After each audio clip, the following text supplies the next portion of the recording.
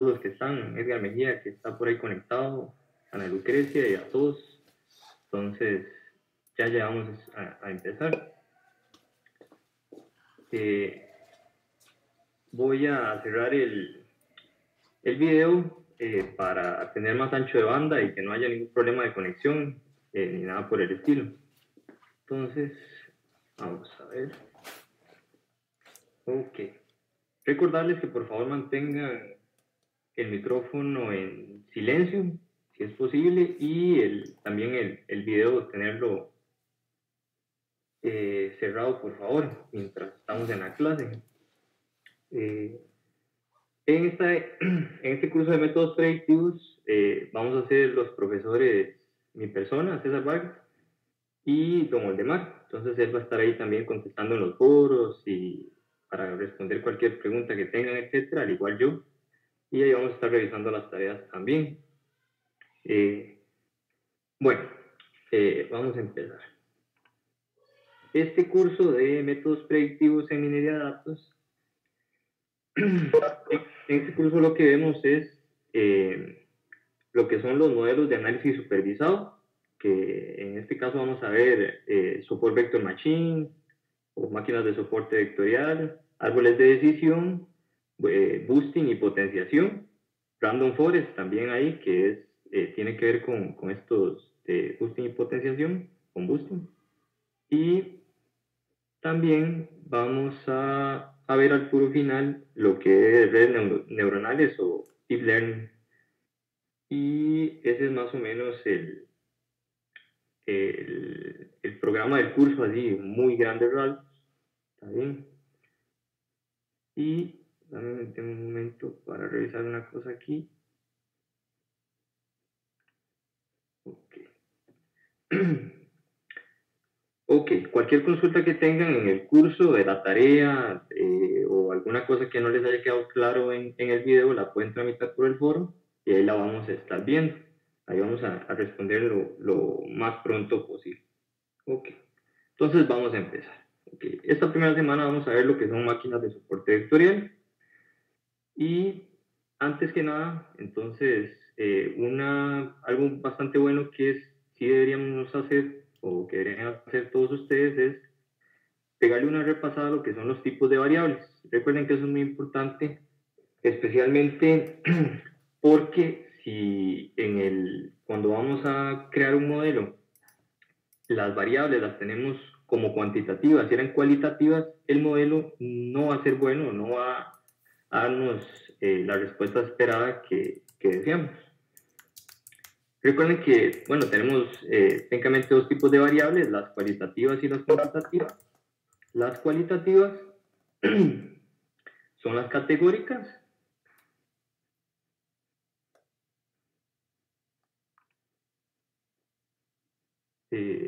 Y, un momento. ¿Sí? Ok, ahora sí. El tipo de variables, entonces teníamos las cualitativas y las cuantitativas. Las cualitativas son las categóricas. Entonces, por ejemplo, una variable predictora que tiene los tipos, por ejemplo, fraude o no fraude. Y también tenemos las cuantitativas. Todas las que son, al final de cuentas, números reales. Por ejemplo, por favor, silenciar vamos a decir a nuestros técnicos que silencien. Ok, perfecto, ya están silenciados. Ok.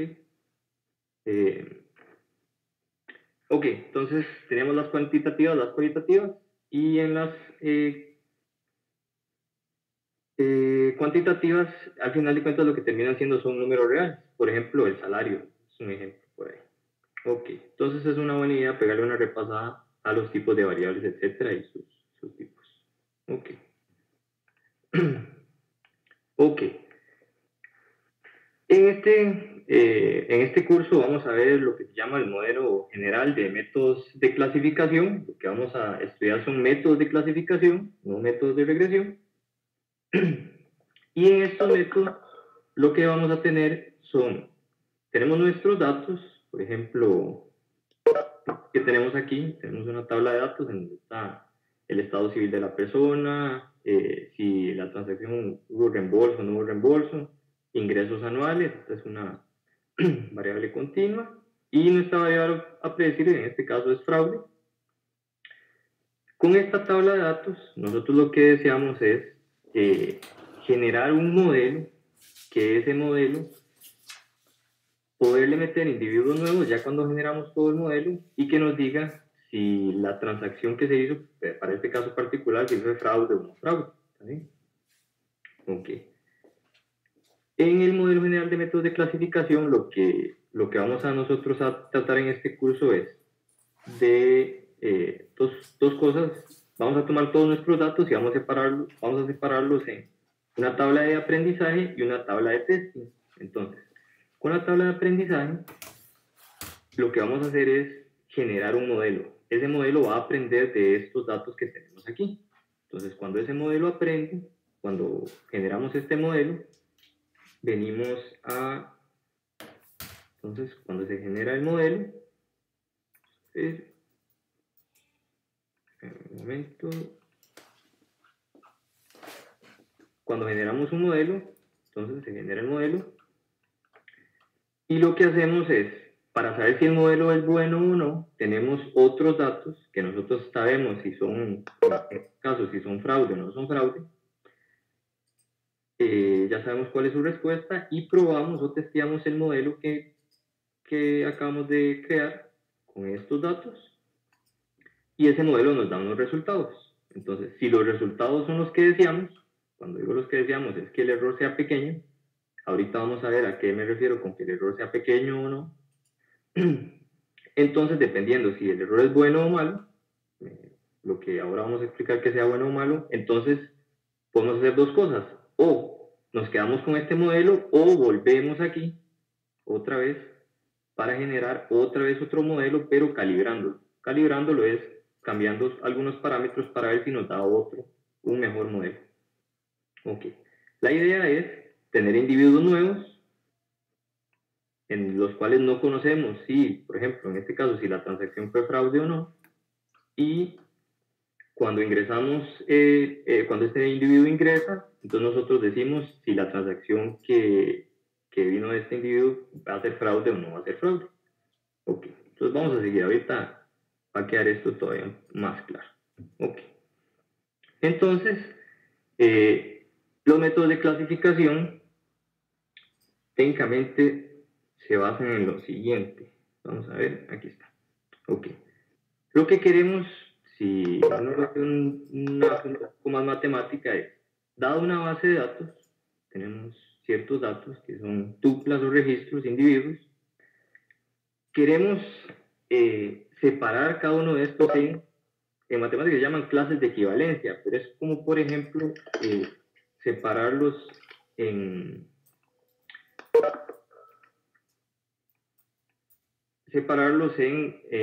tipos, digámoslo así. Estas son las clases, digamos que la clase es fraude o no fraude, y queremos decir si nuestros individuos caen en la clase fraude o no. Al final de cuentas, esto es una función que, vamos a ver, al final de cuentas, esto es una función, ¿ok? En donde vienen individuos nuevos, nosotros evaluamos en esa función los individuos nuevos y esta función nos va a decir qué clase es ese individuo, ¿está bien? Si sería, como en el ejemplo anterior, si es fraude o no fraude. Okay. Muy bien. Esta función, ¿qué es? Bueno, esta función podría ser una red neuronal, un árbol de decisión, un modelo basado en análisis discriminante, que es, por ejemplo, máquinas de soporte vectorial, que es lo que vamos a ver hoy, o una red bayesiana, o algún otro modelo. Okay. Aquí tenemos un ejemplo que usamos mucho en ProMIAT, que es el de scoring de crédito. En este modelo tenemos tenemos 5 variables. Ok, 5 variables predictoras. A estas variables se les llama variables predictoras, que esas son las que nos van a ayudar a predecir cuál es nuestra variable a predecir, haga la redundancia. Entonces, con todas estas variables. No usamos el ID porque esta variable no es como un nombre, y el nombre no nos va a servir en este caso para predecir, no discrimina, entonces técnicamente uno la elimina para que no haga ningún ruido ni nada a la predicción. Entonces, dados estos datos, nosotros sabemos también cada uno de estos individuos si cometió fraude o no cometió fraude, ¿está bien? En cada transacción. Con esta vamos a generar el modelo, con esta tabla vamos a generar el modelo y luego vamos a probar si este modelo es bueno o malo en otra tabla que sería la tabla de testing, que también es igual a la tabla de training, nada más que tiene menos datos. Bueno, podría tener la misma cantidad de datos que la tabla de training, pero eso depende del caso. A veces se separa como 70% de todos los datos es la tabla de training y 30% la tabla de testing, o 80-20, eso depende un poco del problema y de los datos. Y con esta tabla entonces vamos a medir la calidad del modelo. Okay. Muy bien. Vamos a ver. Okay. ¿Y cuál es el sentido de estos modelos? De estos modelos es predecir si vienen individuos nuevos como estos. ¿Está bien? Vean que aquí no sabemos si esta transacción fue fraude o no. Y bueno, y si quisiéramos saber si la transacción fue fraude o no, entonces eso lo vamos a saber hasta después, y después de algunos años, cuando suceda el hecho, digamos, si terminó de pagar, por ejemplo, o si hizo una transacción y esta transacción no fue fraude, entonces uno se da cuenta o no se da cuenta, dependiendo del momento, pero el modelo me va a decir, por ejemplo, esto fue fraude. Digamos que uno era el fraude, si no me equivoco, y dos, no fraude. Entonces, por cierto, se me olvidó decirles que si tienen alguna pregunta la pueden hacer por el chat y ahí con mucho gusto ahí les estoy atendiendo a las dudas. Okay. Entonces, volviendo a esto, entonces el modelo lo que nos va a decir es, dada esta transacción, toda esta transacción, entonces nos va a indicar si es fraude o no es fraude. Y pues con eso vamos a, con lo que vamos a jugar. Aquí, por ejemplo, como esta es nuestra tabla de testing. En la tabla de testing, bueno, aquí uno sabe cuáles son las respuestas correctas. Nuestro modelo nos va a dar otra respuesta. Por ejemplo, digamos que nuestro modelo nos dijo que esta variable era 2, esta es 1, esta es, digamos que esta es 2, esta también nos dijo el modelo que era 2, esta 2, esos son 2, esta 2 y esta 1. Okay. Esta es nuestra predicción, esta. Okay. Nuestra predicción, vea que pega bien 1, que sería este, también pega bien esta y esta. Sería,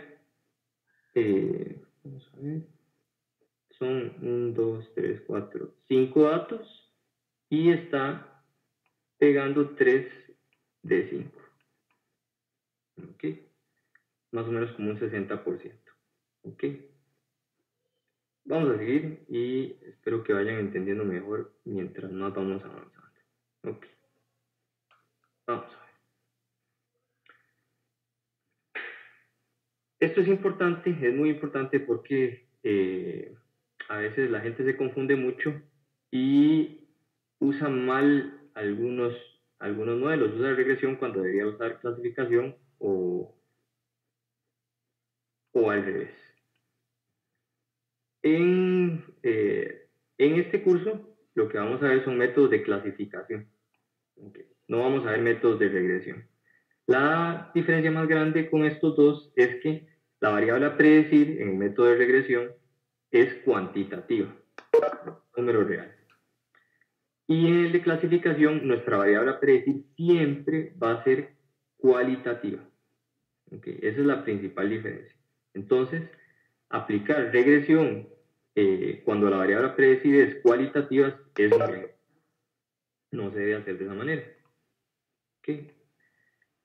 Entonces, eso es muy importante recordarlo. Por ejemplo, bueno, un método que es de clasificación es este que hemos estado hablando, de que, por ejemplo, la variable a predecir es fraude o no fraude. En cambio, un modelo en donde haya que aplicar regresión es, por ejemplo, donde se quiera calcular el salario aproximado de una persona en el tiempo o cosas por el estilo. ¿Saben? Esta es la regresión. ¿Sí? Entonces es importante tener en cuenta esa diferencia. En este curso solo trabajamos con clasificación. Muy bien. Ok. Vamos a ver. Muy bien. Ok, vamos a empezar con lo que es máquinas de soporte vectorial. Las máquinas de soporte vectorial lo que trata de hacer es encontrar un hiperplano. Cuando digo hiperplano, por ejemplo, cuando tenemos dos dimensiones, y X y Y, este es un plano de dos dimensiones, es un plano. Y aquí, por ejemplo, vean que tenemos esta variable en verde, vamos a intentarla, esta por +1, y el circulito blanco es -1. Entonces tenemos estos individuos, en verde aquí arriba y los blancos aquí abajo. Entonces lo que queremos buscar es un plano, en este caso, cuando tenemos dos variables, esto lo que es una recta. Entonces buscamos una recta cualquiera, por ahora. En realidad, en la máquina de soporte vectorial lo que intenta encontrar es un plano óptimo, pero ya vamos a hablar a qué me refiero sobre un plano óptimo. Un hiperplano óptimo. La mejor recta que divida estos dos grupos. Eso es lo que buscamos. Eso es lo que buscan máquinas de soporte vectorial. Ok, vamos a ver. No solo busca una recta que separe, porque pueden haber muchas rectas. Por ejemplo, por aquí podría haber otra. Ahorita les voy a enseñar una presentación en donde se ven más rectas. Pueden haber varias rectas que separen los verdes de los blancos, por ejemplo. Ok, pero buscamos la recta que tenga una distancia máxima entre la recta y los individuos de cada una de las clases. Por ejemplo, esta recta es la que mejor divide el espacio entre los verdes y los blancos con un margen máximo. ¿Okay? Vamos a ver. En este caso, arriba quedan los verdes, abajo quedan los blancos. Esta recta no necesariamente tiene que ser única, pueden haber más, pero las máquinas de soporte vectorial buscan la mejor. Okay. Aquí hay otro ejemplo de máquinas de soporte vectorial, pero ¿qué pasa si tenemos más bien un problema con 3 dimensiones? Entonces buscamos, ahora sí no es una recta, sino que en realidad sí es un plano que separe ciertos puntos. Ahorita vamos a ver un dibujo que se ve mucho mejor esto de los puntos. Solo para recordar, recuerden, si han llevado cursos de álgebra lineal, un plano se caracteriza por un punto y un vector normal. Este es el vector normal. También se le puede llamar a veces vector director. Okay. Si tenemos estas dos cosas, entonces tenemos un plano. Okay. Y vamos a buscar entonces el plano que mejor separe las clases. Muy bien. ¿Por qué se llama máquina de soporte vectorial? Okay. Se llama máquina de soporte vectorial porque lo que se busca o lo que hace es, vamos a ver, les digo, un momento para silenciar. Lo que se busca es, en este caso que tenemos dos dimensiones, entonces el hiperplano sería sería esta recta. Ese sería el hiperplano. Buscamos la recta que mejor separe los datos. ¿En qué sentido? Bueno, que la distancia entre la recta y las clases sea máxima. Vean que al final vamos a tener un margen. Este margen también es un hiperplano. El margen no, pero el margen va a estar caracterizado por dos hiperplanos, en donde esos hiperplanos van a contener algunos vectores. Estos vectores son los que se llaman vectores de soporte, porque le dan técnicamente un soporte al modelo. Okay, vamos a ver.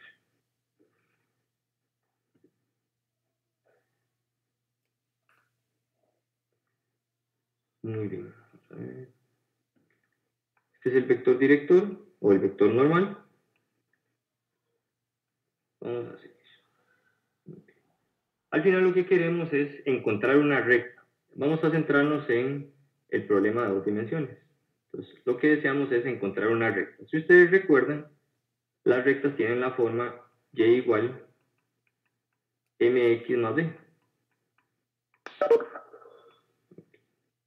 Entonces lo que deseamos encontrar es una recta que separe estas dos clases, que serían los verdes y los blancos. La ecuación de la recta la tenemos por aquí. ¿Está bien? Más general se escribe de esta forma, donde w y x son vectores de cierta dimensión.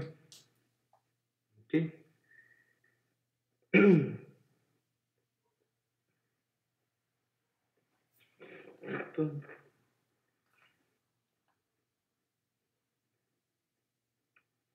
Ok. ¿Cómo podemos resolver este problema de encontrar la mejor recta? Entonces se busca el hiperplano en el espacio de las variables y se va a necesitar este vector normal. ¿Okay? ¿Cómo se clasifican estos puntos? Mediante la función discriminante lineal, reduciendo al mínimo el error. El error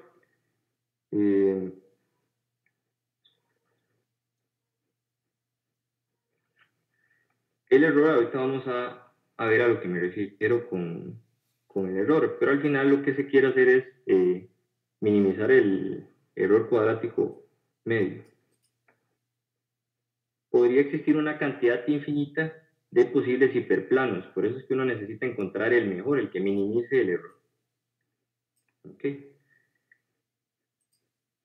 Vean que pueden haber muchos hiperplanos que separen, que logren resolver el problema. Entonces, por ejemplo, este hiperplano resuelve el problema de separar estos dos tipos de variables, este también lo resuelve, este también, y bueno, en realidad todos estos. Pero, ¿cómo sabemos cuál es el que mejor separa los verdes de los blancos? Ok.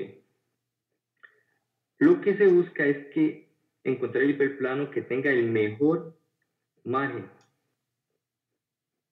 o más bien la función discriminante lineal, que sería esto, con el máximo margen. Ese es el mejor hiperplano. El máximo margen es el que tenga más distancia aquí entre el plano y los puntitos verdes o blancos en este caso. Okay. Bien. El margen se define como el ancho que limita los datos. Podría no existir,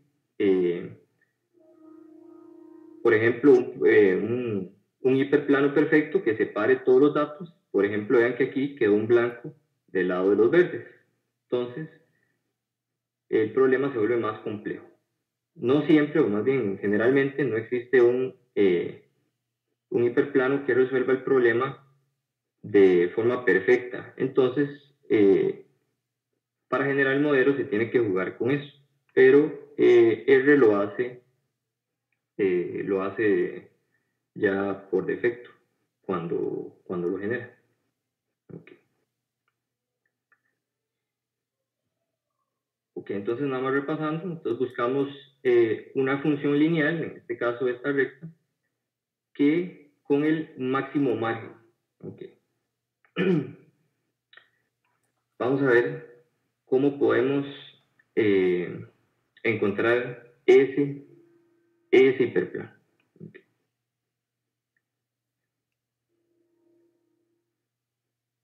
Si quieren leer un poco más sobre la matemática de lo que son las máquinas de soporte vectorial, porque esto tiene muchísima álgebra lineal, matemática más pesada, pueden verlo en un documento que está en la página. Ahí en el aula virtual, ahí pueden descargarlo. Ese tiene todos los pormenores matemáticos del asunto. ¿Ok? Muy bien. Vamos a ver. Entonces, lo que decíamos es lo siguiente.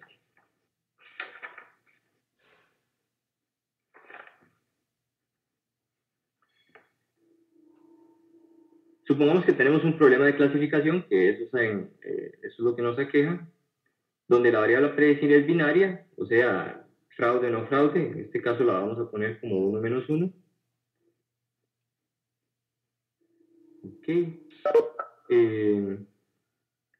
Además, tenemos n casos de entrenamiento, serían estos, donde los xy son las variables predictoras, los predictores. Xy es un vector, ¿ok? Y y sub i es la variable a predecir.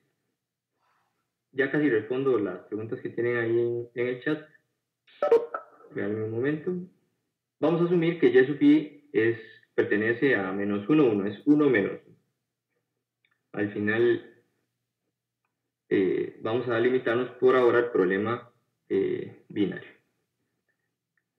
Entonces, menos 1 y 1 denotan la etiqueta de la clase. La frontera de decisión se puede escribir como W por X más B igual 0. Donde W y B son los parámetros del modelo. Esos son los parámetros que deseamos encontrar. En general, uno lo que hace es estandarizar los datos y podemos igualar los hiperplanos, como se veía aquí atrás. Vamos a ir un poco para atrás. Podemos estandarizar los datos y podemos igualar a 0 el hiperplano y a 1 y a menos 1 estos otros hiperplanos que están con el margen. Ok. Vamos a ver cuáles preguntas hay en el foro, en el chat. Vamos a revisar las preguntas del chat. Un momento. Ok. Dice Edgar, ¿qué beneficio trae aprender todo este tipo de fórmulas para un científico de datos? Ok. El beneficio que trae es que, bueno, número uno, no está usando una caja negra. Al final, hay un gran problema si usted no sabe qué está pasando adentro del modelo. Si usted quiere saber si su modelo es bueno o malo, o si sirve para cierto tipo de datos o no, sería bueno saber qué es lo que está pasando adentro, cuál es la matemática de fondo. Porque puede que unos modelos sirvan mejor para un tipo de problemas y otros para otros. Al final, estos modelos se crean para dar solución a un problema en particular. Tal vez al principio se crean para dar respuesta a un problema en particular y tal vez sobre eso se crean modelos más generales. Entonces, lo bueno de más que aprender las fórmulas es darse cuenta qué es lo que está pasando. Por ejemplo, aquí la idea es, si tenemos ese problema, donde tenemos dos clases, podríamos tener más, por ejemplo, 3 clases, etcétera. Entonces, ¿qué es lo que se busca Es encontrar ese plan. Y no otra cosa. Por ejemplo, cuando veamos árboles de decisión, vamos a ver que no es muy diferente a lo que es máquinas de soporte vectorial. Okay. Vamos a ver qué más, cuáles otras dudas en el chat.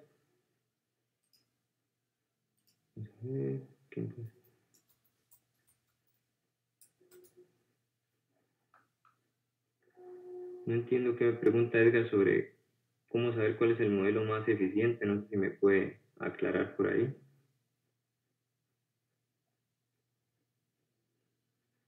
Ok, antes de eso voy a responder a la pregunta de David que dice, los datos a clasificar tienen que estar cifrados numéricamente siempre, aunque no sean variables cuantitativas. Ok. Si es un método de clasificación, siempre tiene que ser variables cuantitativas. Si fueran variables cualitativas, entonces ahí se usa un modelo de regresión. Entonces, eso creo que responde a su pregunta. Vamos a ver qué dice Cintia. Que si la técnica que estamos explicando es análisis discriminante. Sí, nada más que máquina de soporte vectorial, si no me equivoco, es un poco más moderno.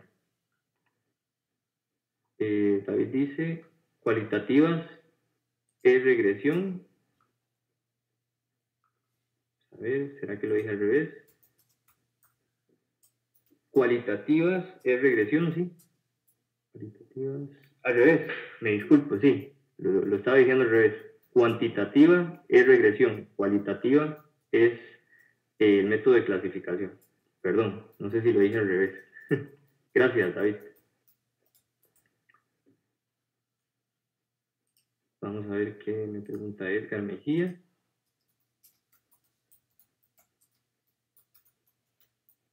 Ok, Edgar nos dice, para confirmar la pregunta que hice anteriormente, de que para qué es bueno aprender todas estas fórmulas y R lo hace automáticamente. Entonces usted me respondió que para saber qué hay por debajo. Sí, porque, un ejemplo, ¿cómo sabe? Si usted tiene un problema de clasificación y usted nada más tiene un modelo, digamos, en su trabajo o algo por el estilo, y el modelo lo que hace es una regresión, pero usted no sabe qué es lo que estaba de fondo, entonces eso es un gran problema, porque no le está resolviendo en realidad su problema, está dándole valores erróneos o no le está dando, le va a dar unos pésimos resultados. Entonces, si, por ejemplo, uno en un trabajo o usted en su trabajo tiene un software que usted no sabe qué es lo que está haciendo por debajo, si usted le da, con un caso particular, un modelo de clasificación y no de regresión, al mismo, si era de clasificación, lo que estaba por debajo, y usted le dio variables continuas, entonces no le va a dar resultados esperados, más bien puede que hasta que se caiga. Y si era al revés, más bien, le va a dar también malos resultados. Okay. Gracias por las preguntas, están muy buenas. Ok, voy a cerrar aquí. Si le salen como pantallas grises, es que aquí en Windows, cuando se abren el chat o cosas por el estilo, se ponen unas pantallas grises. Ok, vamos a continuar. Entonces, vamos a ubicarme donde nos quedamos. Okay. Entonces, vamos a intentar describir un poco mejor o darle la forma matemática a lo que son las máquinas de soporte vectorial. Entonces dijimos que tenemos una variable a predecir que es binaria, por ahora nos vamos a centrar en este problema, donde los XY son predictores y Y sub I sería la variable a predecir. Y Y sub I es -1 o es 1, porque es binario. Okay. Entonces, la frontera de decisión va a ser esta. Okay. Al final, entonces uno puede escribir una recta de esta forma. Okay. Y lo que queremos encontrar es el W y el B que logre separar los datos. Okay. Aquí hay un ejemplo. Tenemos este lado cuadritos y este lado círculos. Y queremos encontrar este plano. Okay. El mejor plano de separación. Para tener el mejor plano de separación, lo que necesitamos es encontrar un margen un margen máximo. Y eso es lo que vamos a ver cómo. Si no me equivoco, aquí en el chat me están preguntando sobre eso. Cómo determinar la distancia entre los puntos y la línea si las variables son cualitativas. Ya vamos a hablar sobre eso. Okay.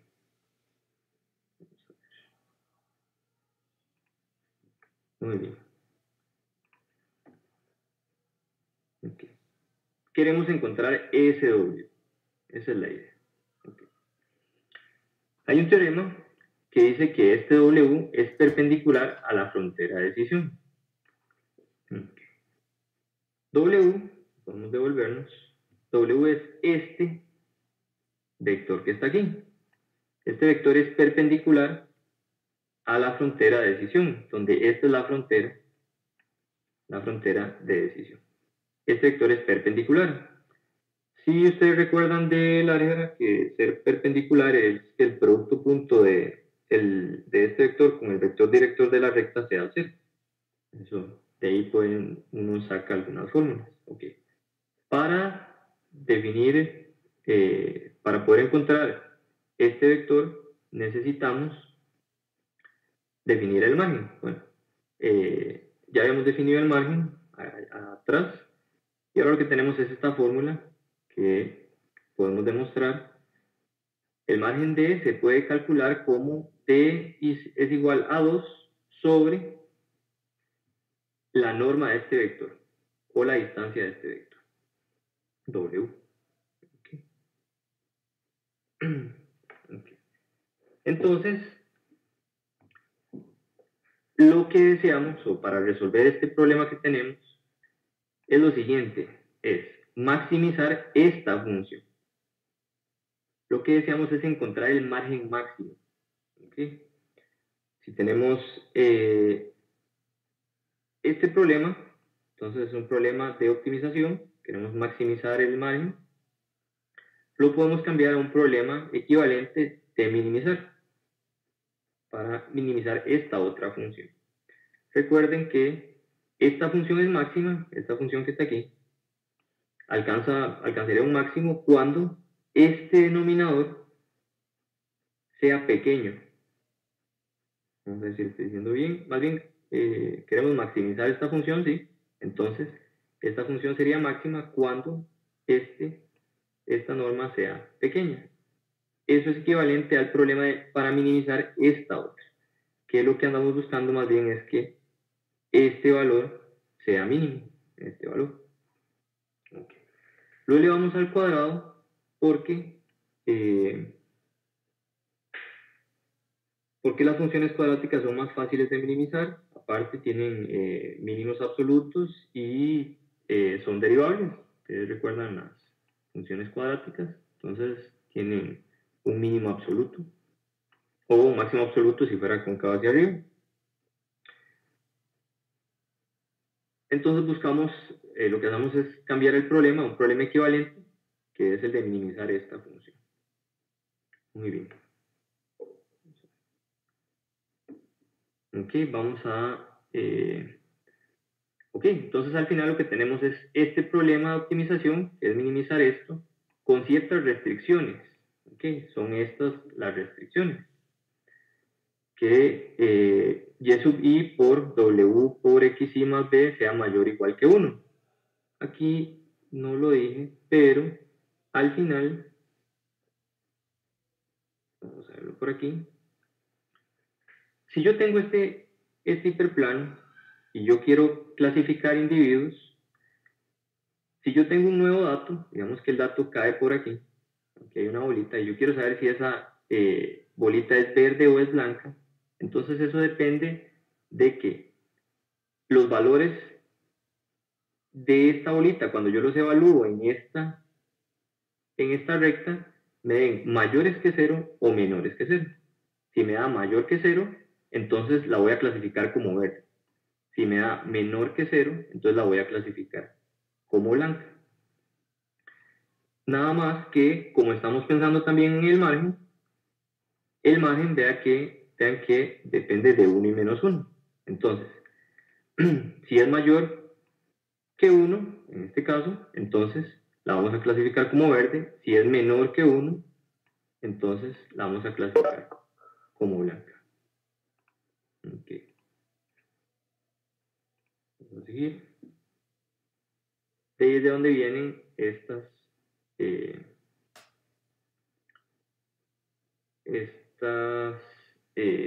restricciones. Muy bien. Este problema, al final, uno lo puede transformar en un problema de minimización de Lagrange. Si alguno de ustedes llevó cálculo en varias variables o optimización, probablemente recuerde los multiplicadores de Lagrange. Al final, lo que deseamos es encontrar los multiplicadores de Lagrange.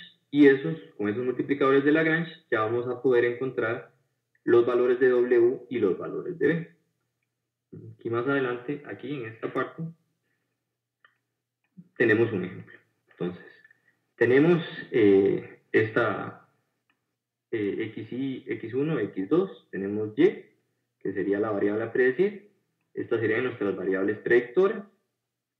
Y estos son los multiplicadores de Lagrange que nos dan al resolver el problema, el problema anterior. Si resolvemos este problema para estos datos, entonces estos son los multiplicadores de Lagrange que nos dan. Okay. Con estos multiplicadores de Lagrange podemos encontrar W. Entonces vean que aquí tenemos W1 y W1 era esta sumatoria.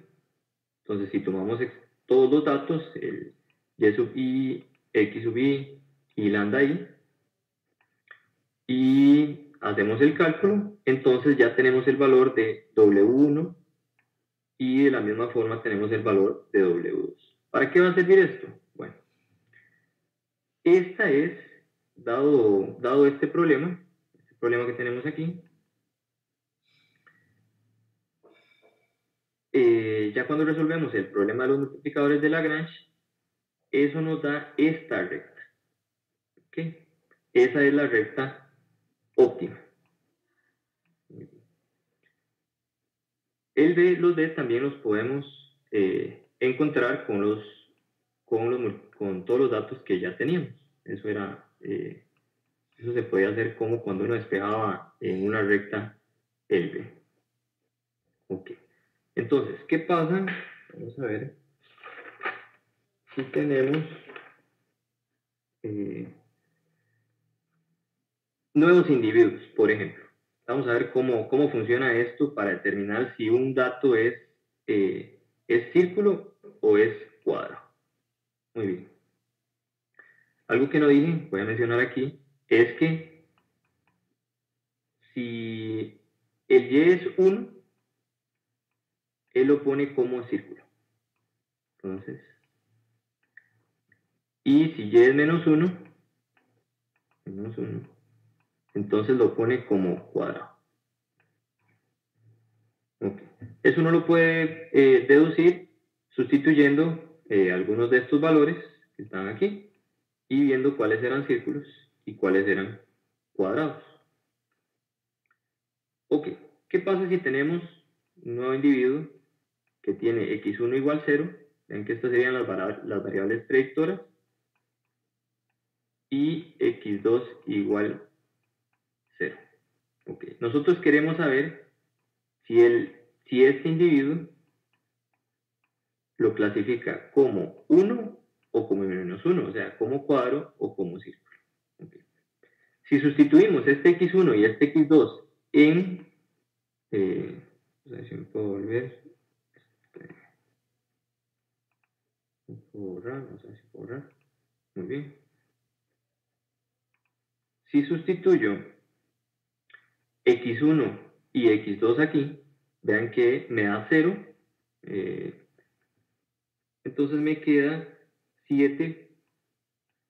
Perdón, este no es el y, vamos a borrarlo.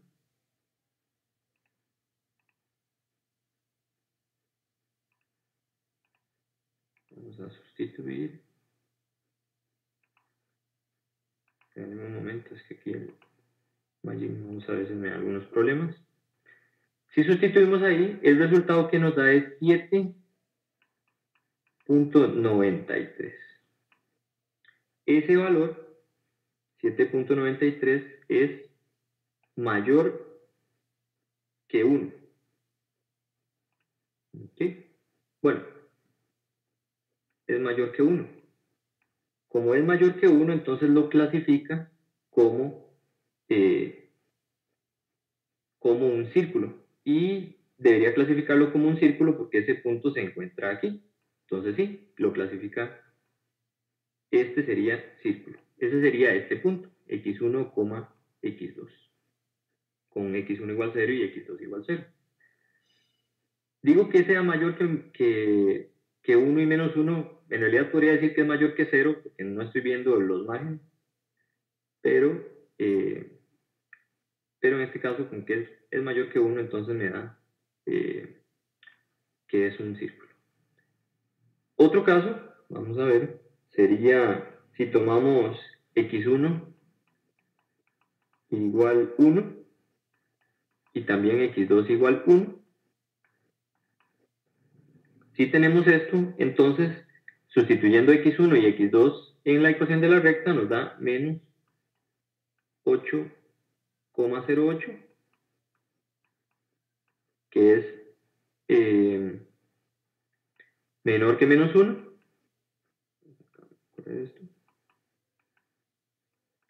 Y por lo tanto, entonces nos queda que es un cuadrito.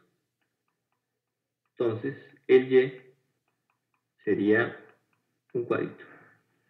Entonces lo clasifica como menos 1, que era un cuadrado. ¿Okay? Y 1,1 está por aquí. Okay. No sé si hay alguna duda sobre eso, a ver si me voy a entender bien o mal. Vamos a ver qué preguntas hay por aquí. Dice, buenas noches, existen muchos conceptos matemáticos que la verdad no conozco. Este segundo modelo está enfocado, este es el primer modelo que vemos, es el de máquinas de soporte vectorial, para personas que tienen un conocimiento medio de matemáticas o es de interpretación de la información. Ok. En realidad, para lo que son las tareas y todo lo que se va a hacer en el curso, no se necesita un conocimiento matemático fuerte para poder generar los modelos y poder ver los resultados y analizarlos, pero por lo menos sí quiero que sepan o que la idea es que se lleven un poquito de la matemática de lo que está por detrás ahí de máquinas de soporte vectorial, pero no se necesita un conocimiento matemático fuerte para el curso. Con la idea intuitiva, que se lleven la idea intuitiva y que vean cómo se corren las cosas. Ahora vamos a ver cómo se corren las cosas en RateL, cómo generar el modelo, cómo decir si el modelo es bueno o malo. Entonces, ahorita vemos eso. Okay. Muy bien. No sé si les queda alguna duda sobre esta parte, pero bueno, espero que les haya quedado más o menos claro el asunto. Me disculpan con las letras tan feillas que quedan aquí, pero es un poquillo difícil a veces escribir con el mouse. Okay. ¿Qué pasa si el problema no es linealmente separable? Bueno, ese es un problema bastante complejo y lo que hace es, lo que se hace en el fondo,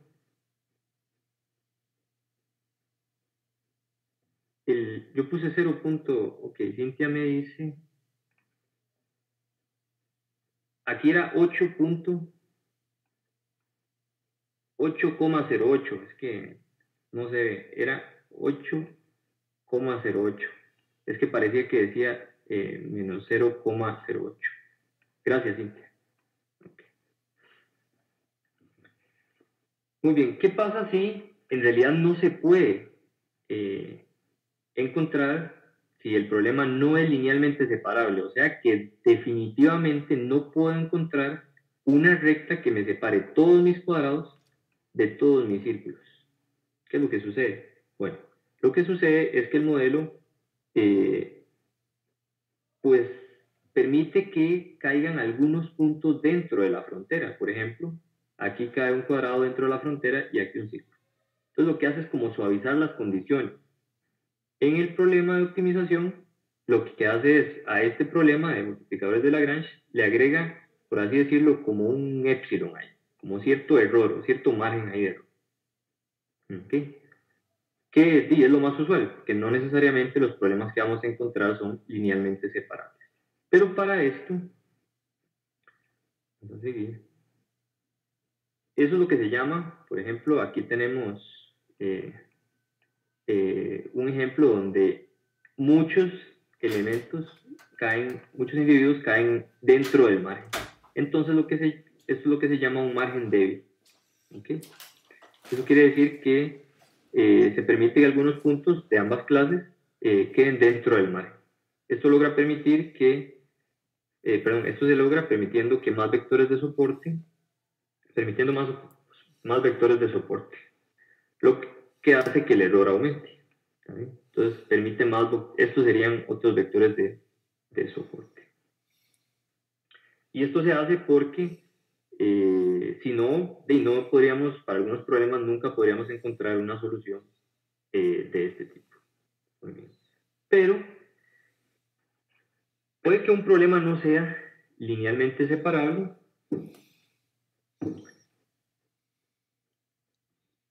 Pero, bueno, por ejemplo, vamos a ver. Este caso tenemos en dimensión 1, entonces tenemos estos puntitos, los rojos y los azules. Este sería el hiperplano de separación. Estos serían entonces los vectores de soporte. Y este problema sí es separable. Entonces separa los rojos de los azules. Okay. Luego tenemos este otro problema que, en donde no es linealmente separable. El problema, vean que aquí ustedes pueden tirar una recta aquí y separa rojos de azules, pero siempre quedan rojos al lado derecho. Entonces este problema no es linealmente separable. Entonces, las máquinas de soporte vectorial tienen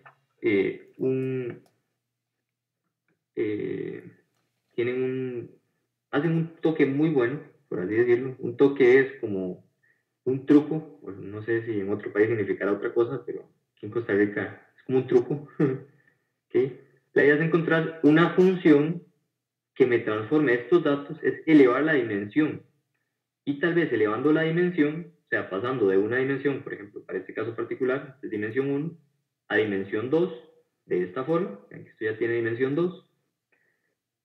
Entonces, cuando lo elevo por medio de una función, ya puedo encontrar un hiperplano que sí logra separar mis datos.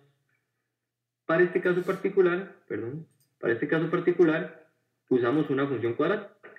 A cada uno de estos puntos les aplicamos la función y igual x cuadrado, que es una función cuadrática. Entonces lo que hace es elevar los datos. Ya no están en una dimensión, sino que están en dos dimensiones. Y al elevarlo a dos dimensiones, vemos que sí se pueden separar. Entonces eso es algo maravilloso, algo muy bello de lo que son las máquinas de soporte vectorial. Un momento para tomar agua, para seguir.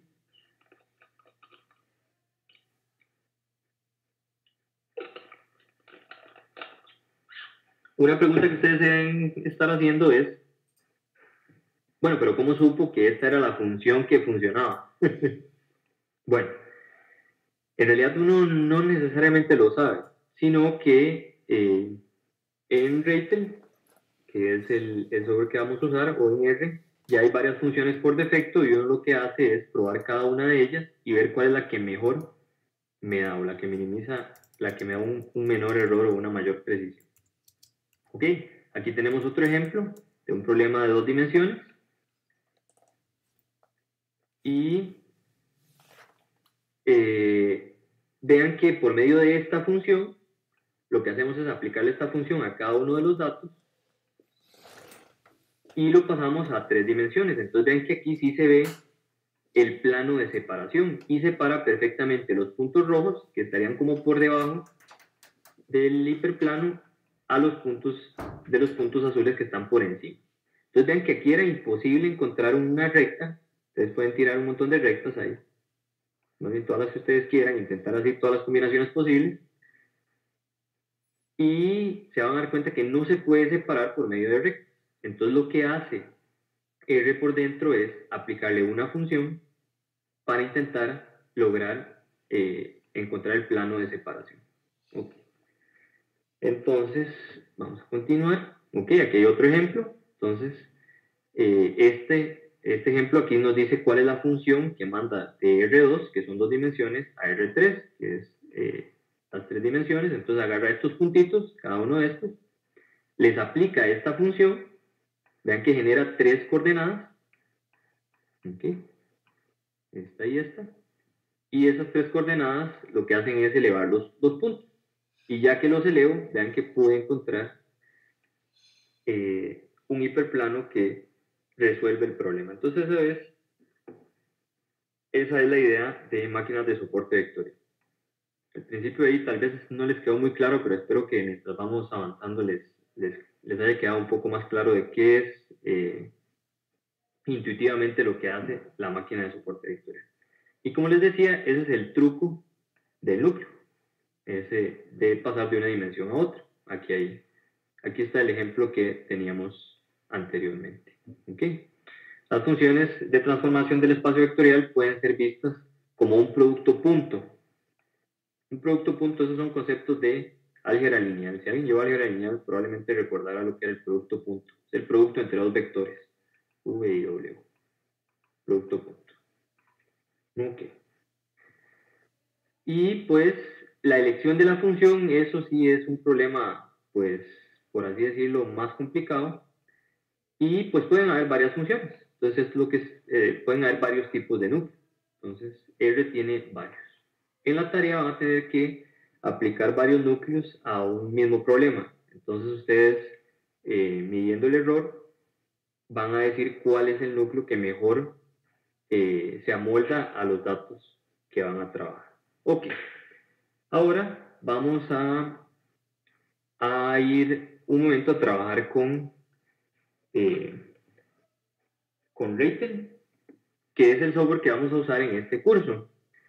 Ese software lo desarrolló Graham Williams, él es el autor de Reitel, y algo muy bueno, es un programa muy bueno que nos va a ayudar para empezar a entender los modelos de clasificación.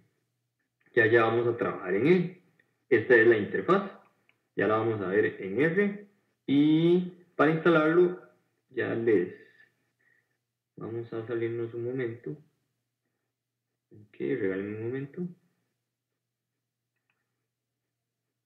Para instalar el software tenemos una presentación.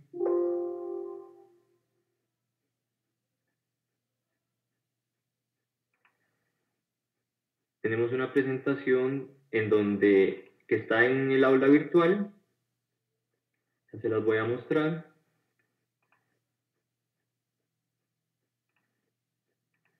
Ok, en el aula virtual está la siguiente presentación. Si tienen dudas, vamos a ver si hay alguna duda en el chat. Que por ahora no, estamos bien. Ok, en el aula virtual hay una presentación para que ustedes puedan instalar el paquete de Reitel. Entonces, es esta presentación, la pueden buscar ahí en el aula virtual. Ahí viene la interfaz y aquí vienen los comandos que uno debe aplicar en R o en RStudio para poder instalar el paquete. Entonces, vamos a usar la versión 5.0.18. No es la última versión, pero es porque la última versión tenía algunas pulgas, entonces nos dio bastantes problemas la última vez que la usamos. Entonces mejor usamos una versión que ya sería una versión anterior en donde no venían ese tipo de problemas. Entonces lo que deben hacer es en R o en RStudio correr estos comandos, el de install package, y ejecutar estas instrucciones. Esta especialmente porque a veces da algunos problemas con el lenguaje. Para abrir Reitel, lo abrimos con Library Reitel y Reitel entre paréntesis. Y en esta página web pueden ver más cosas sobre Reitel. Además, ya vamos a abrir Reitel desde R. Además, algo muy bueno también que tenemos aquí en el aula virtual es este libro, que es el de Graham Williams, que es el libro oficial de Reitel. y ahí pueden descargarlo, está en PDF, y ahí viene explicado cada una de las opciones que tiene el Ratel. Además viene una pequeña explicación sobre cada uno de los modelos, una explicación breve. Entonces ahí pueden aprender sobre eso. Si quieren una explicación aún más profunda sobre máquinas de soporte vectorial, entonces pueden descargar el PDF que también está en el aula virtual. Vamos a abrir entonces Ratel para empezar.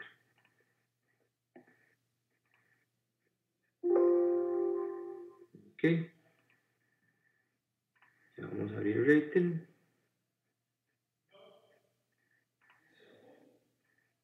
Vamos a... Ok, entonces vamos a abrir R. Aquí está R y vamos a abrir el Ratel. Entonces ponemos library, Ratel. Ok. Cargamos primero el paquete en la librería y luego lo abrimos con Ratel y paréntesis. Muy bien. Entonces, vamos a ver qué se me hizo verlo. ¿Está? Ok, vamos a abrir Ratel. Ok. Vamos a minimizar. Este es Ratel. Entonces, esta es la interfaz.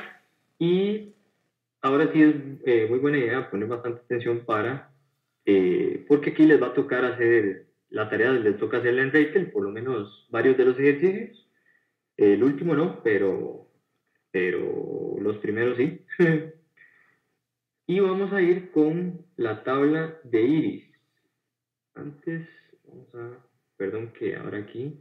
Ok, vamos a explicar un momento la tabla que vamos a usar para que vean el ejemplo del modelo, de este modelo que vamos a generar. Empezamos con la tabla de iris. Esta tabla es muy famosa porque esa tabla la usó Fisher, el padre de la estadística, para explicar los modelos predictivos. Esta tabla de iris es lo siguiente. Lo primero que uno debe hacer en realidad para hacer un modelo predictivo es más o menos empaparse un poco de cuál es el problema que tiene que resolver. Estudiar las variables que tiene y la variable que tiene que predecir. Entonces, aquí tenemos las variables predictoras que serían el largo del cépalo. Un momento para abrir el... Okay. Aquí está. Entonces tenemos 4 variables predictoras, que es el largo del cépalo, ancho del cépalo, largo del pétalo y ancho del pétalo. Entonces, aquí tenemos, si ustedes ven ahí en la hojita, este sería el largo del pétalo, este sería el ancho del pétalo, y estas hojitas que están aquí, esos son los sépalos. Entonces, este sería el largo del sépalo y este el ancho del sépalo. Vamos a ver. Ya respondo a la pregunta que está en el chat. Okay. Las flores, por si no lo sabían, las flores se dividen en 3 tipos, que es setosa, versicolor y virgínica. Entonces nuestra idea es, dado esta base de datos, vamos a generar un modelo que nos diga si una flor es setosa, es versicolor o es virgínica. Ok, esa es nuestra idea. Vamos a ver cuál es la pregunta que está en el chat. Por cierto, si algo no les queda claro o si no respondo a alguna pregunta, por favor, tramítenla en el foro y con mucho gusto en el transcurso de la semana, lo más rápido posible, se las estaremos respondiendo, ya sea el profesor Don Waldemar o yo. Don Waldemar sabe muchísimo más que yo, eso es claro, es muy bueno. Pero bueno, ahí vamos a estar intentando responder todas las preguntas que ustedes tengan. Nos pregunta Werner, Ratel se carga en los paquetes de R. Pregunto porque me aparece un error cuando trato de cargar. Tiene que primero tiene que instalarlo. No sé si ya lo instaló, Werner. Pero cualquier cosa, digamos, si tiene algún problema con respecto a la instalación, le recomiendo que haga mejor la pregunta en el foro, pero es un paquete que debemos instalar en R. También lo puedo instalar desde RStudio, corriendo los comandos que teníamos por ahí. Espero que eso haya respondido a su pregunta. Ok, bueno, vamos a seguir. Cualquier cosa, si tiene algún problema con la instalación, entonces tramítelo por el foro y ahí le intentamos resolver el problema. Okay. Muy bien, entonces estamos en la tabla de iris, que nuestra idea entonces es, dadas estas variables predictoras, todo el largo del sépalo, ancho del sépalo, largo del pétalo y ancho del pétalo, decir si son setosas, versicolor o edgic. Okay. Entonces, vamos a ver.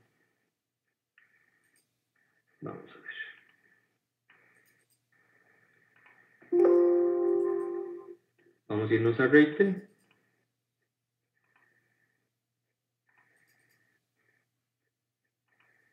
Ok.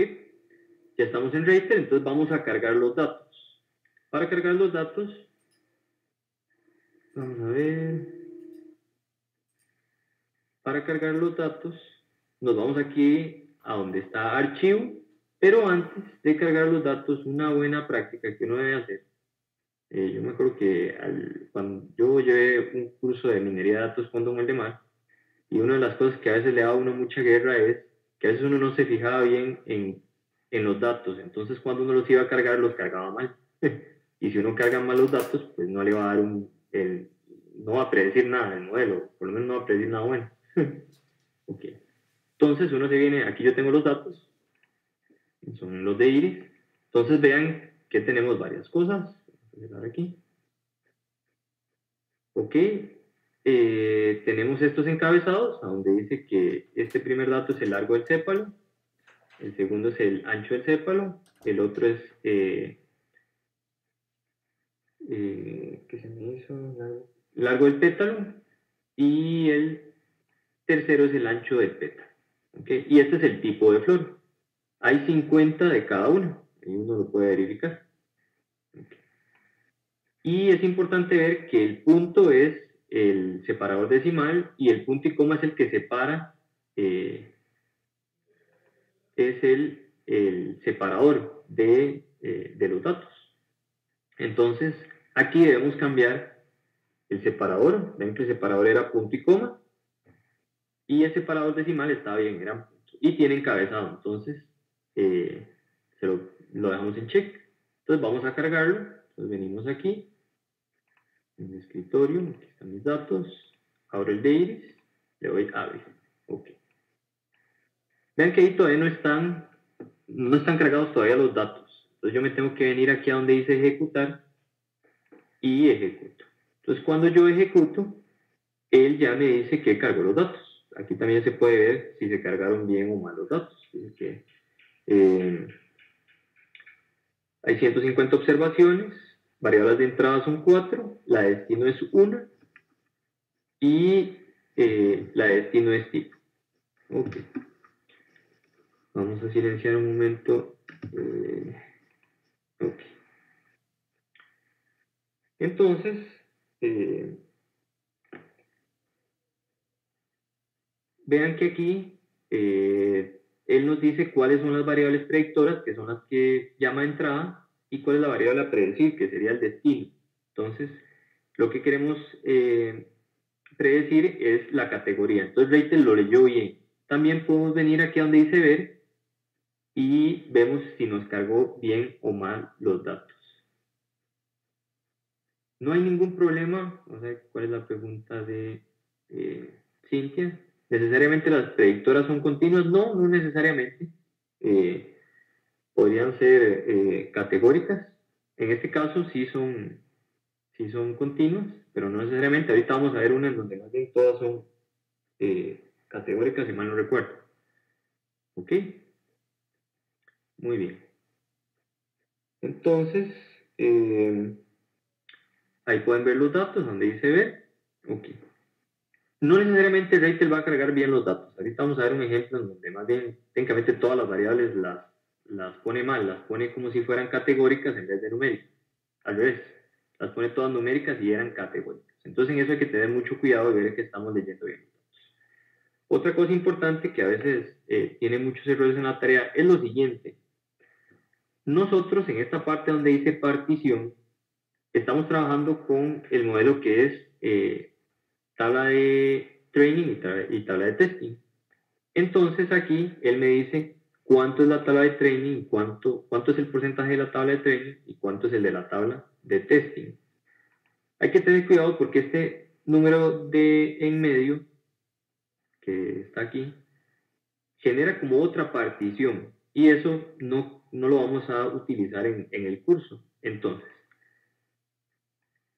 lo que vamos a hacer es lo siguiente. La primera me dice cuánto es la tabla de training. La segunda la vamos a dejar en ceros, vamos a poner ceros. Y la tercera vamos a poner el 30%, que esta sería la de testing. Okay. Para que él entienda que esto está pasando, tenemos que volverle a dar ejecutar.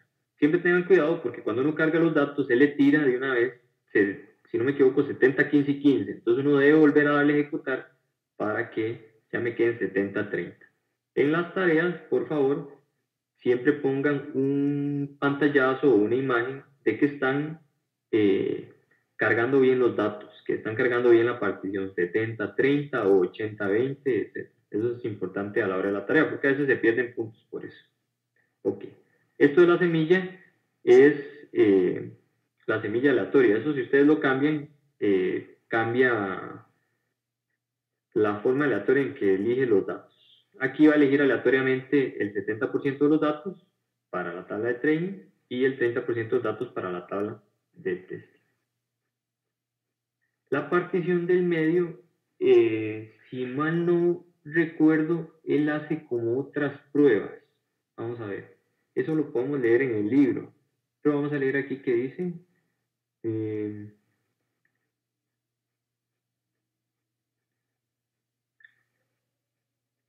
Dice que si ponemos uno o dos de los números separados por un backslash, creará un conjunto de datos de entrenamiento y otro de prueba, que eso es lo que queremos nosotros.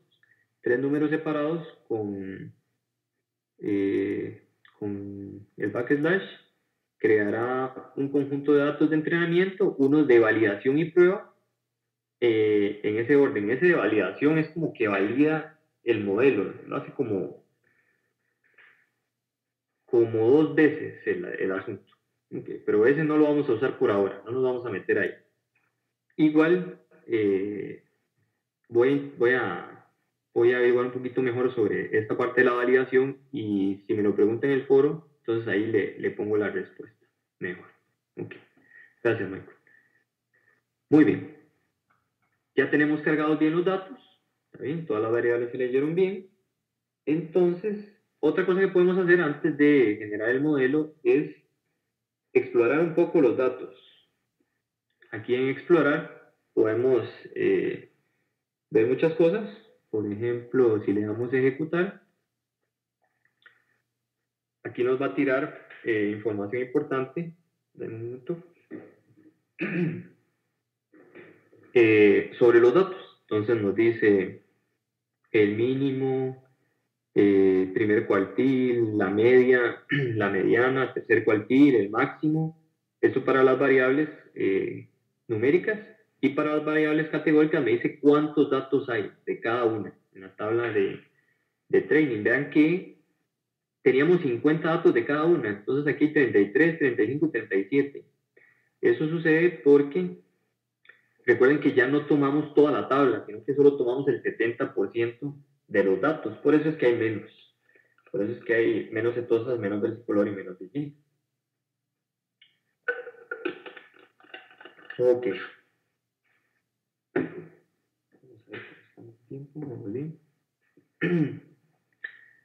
Aparte de esto, también podemos ver las distribuciones de probabilidad.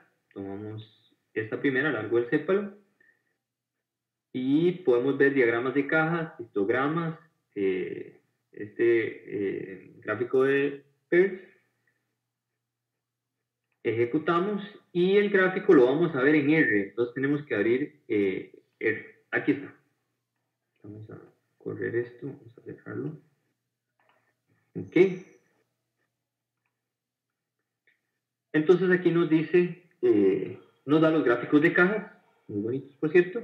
Entonces, algo importante es, bueno, aquí podemos hacer varios análisis sobre los datos. Por ejemplo, aquí estas son buenas variables predictoras porque no se parecen tanto a esta cajita donde están todos. Eso nos puede ayudar mucho.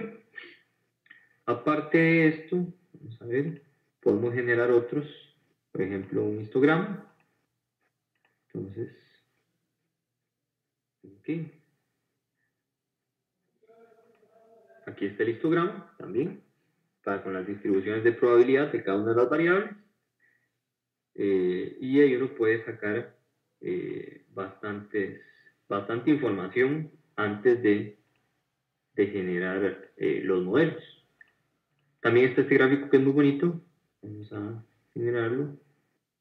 Es donde viene técnicamente como toda la información junta. Vamos a ver. Ok. Aquí está. Entonces, en este gráfico, a ver, ese lo hacemos mejor con todas las variables. Nos dice la correlación que hay entre las variables, ancho del sépalo y largo del sépalo. Vamos a ver si lo puedo hacer un poco más pequeñito. Aquí está. Ok, entonces esta sería la correlación entre el ancho del sépalo y el largo del sépalo. Ahí están todas las correlaciones, las distribuciones de probabilidad y también nos dice los diagramas de dispersión 2 a 2. Entonces el diagrama de dispersión entre el largo del sépalo y el ancho del sépalo. Ok, también podemos ver las correlaciones. Aquí en Ratel, vamos a abrirlo otra vez. Que se mira, aquí está la correlación. Vamos a darle a ejecutar. Entonces él nos tira, aquí nos tira la matriz de correlación. Y una forma más fácil de interpretarlo es aquí con este gráfico.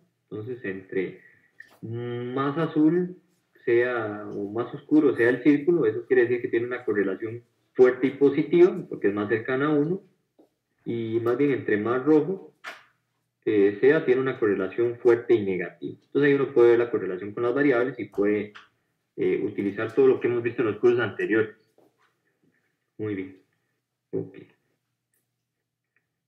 Muy bien, ahora vamos entonces, también pueden hacer un análisis en componentes principales, vamos a correrlo, aquí está, y ahí pueden analizar. Es bastante útil el programita. Ok. Ahora sí vamos a generar el modelo. Vamos a empezar esto.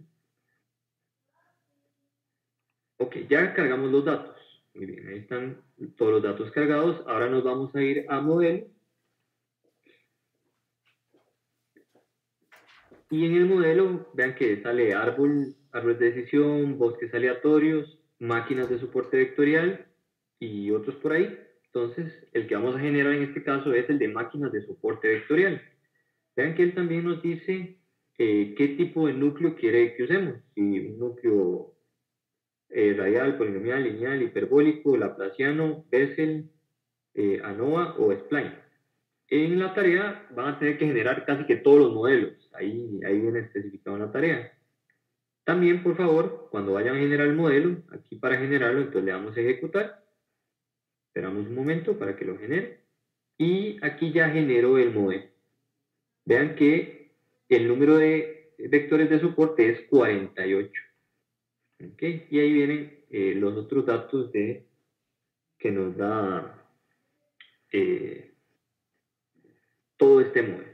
Okay. Lo que es importante es, por ejemplo, si cambiamos aquí, por ejemplo, a Hyperbolic, le damos a ejecutar, entonces vean que no nos genera el mismo modelo. ¿Por qué no nos genera el mismo modelo? Pues porque no tenemos el mismo núcleo.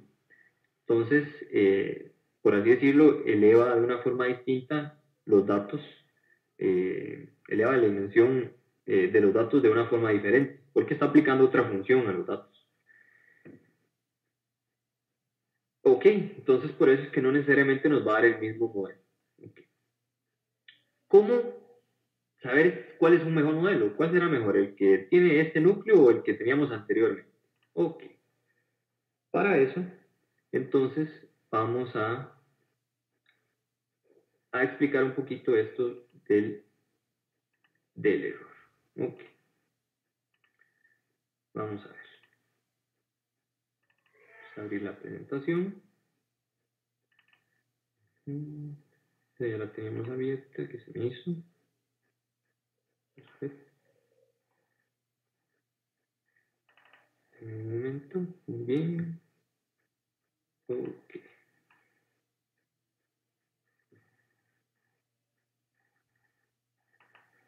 Ok. Vamos a ver. Ok, aquí en la presentación nada más estaba explicando lo que ya vimos, que hay que tener cierto cuidado y cómo generar el modelo. ¿Dónde están el número de vectores de soporte? Aquí está el número de vectores de soporte. Y ahora sí, bueno, ¿cómo sabemos si un modelo es mejor que otro para los datos que tenemos? Entonces, ¿cómo evaluar la calidad del modelo predictivo? Muy bien. Eso lo vamos a hacer con la ayuda de una cosa que se llama la matriz de confusión. A mí me pareció muy gracioso la primera vez que lo vi. Porque a veces uno ya solo se confunde con las matrices, pero no es nada complicado, así que no se dejen guiar por el nombre. Entonces, esta matriz de confusión contiene la información acerca de las predicciones realizadas por el método o sistema de clasificación. Para nuestro caso particular, esta vez va a ser para el modelo generado por máquinas de soporte vectorial, comparando el conjunto de los individuos de la tabla de aprendizaje, ¿okay? O de testing. Para nuestro caso, casi que siempre lo vamos a hacer con la tabla de testing. Entonces vamos a comparar la predicción dada versus la clase a la que estos realmente pertenecen. Entonces lo que vamos a hacer es como lo que hicimos al puro principio. Teníamos ciertos individuos, digamos que sabíamos que uno era fraude, el otro no, el otro era fraude y el otro no. Y el modelo nos dijo, bueno, este señor es fraude. Este dijo que también era fraude, ahí se equivocó. Este dijo que no era fraude, entonces también se equivocó y este dijo que no era fraude. Entonces va a comparar el valor real o la predicción, bueno, no la predicción, porque sería el valor real con la predicción que tenemos. Okay. Se basa en esta matriz que tenemos por aquí. Por ahora lo vamos a hacer pensando solo en que la variable a predecir sea binaria. Okay. Muy bien. Entonces, este valor sería negativo. Serían, vamos a adelantar un poquito. Okay. Esto es lo que se llaman los verdaderos negativos, falsos positivos, falsos negativos y verdaderos positivos. Estos están aquí. Okay. Lo que nos va a decir es, de todos los que eran, por ejemplo, fraude, cuántos de verdad pegó como fraude.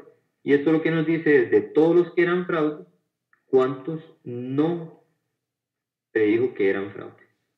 Para este otro caso, perdón, al revés, este es el caso negativo, entonces sería no fraude.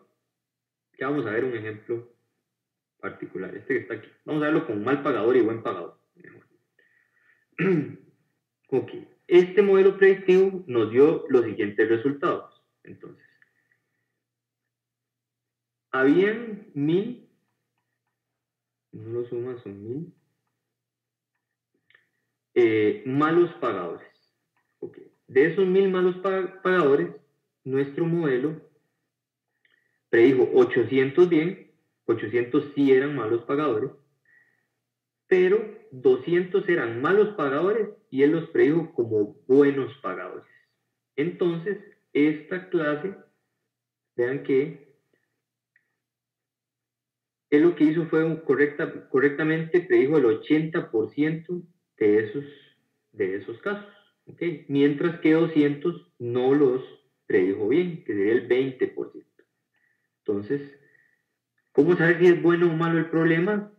Bueno, eso también depende de si 80% para nosotros es algo aceptable o no. Tal vez usted dice, no, 80% que me diga que estaban bien de malos pagadores, para mí es súper aceptable. Pero y tal vez usted dice, no, yo necesito que el modelo me dé por lo menos, que me dé por lo menos un 90% que me encuentre correctamente por lo menos el 90% de los datos. Entonces eso va a depender. ¿Okay? En el caso de los buenos pagadores, eran 2.000 buenos pagadores. ¿Okay? De esos 2.000, él dijo que buenos pagadores, sí, habían 1.500 que sí los predijo bien y 500 que predijo que no estaban bien. Entonces el 75% los pegó y el 25% no. La precisión global, que sería de todos los que yo predije bien, entre la cantidad total, es del 76%. ¿Okay? Entonces, en general, de 2.300, perdón, en general 2.300 de 3.000 fueron los que predijo correctamente, que es un 76% de los datos.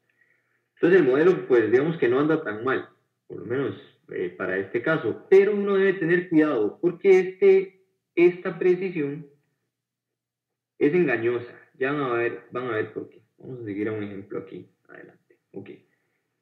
Cada una de estas funciones, cada una de estas, que es la precisión global, que sería entonces la cantidad de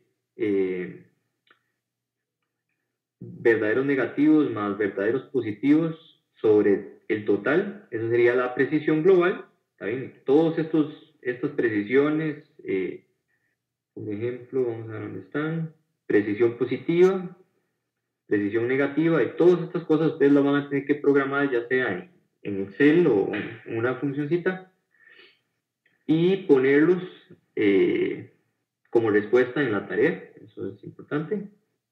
¿Okay? Entonces, la precisión global es la exactitud del modelo, la proporción del número total de predicciones que son correctas respecto al total.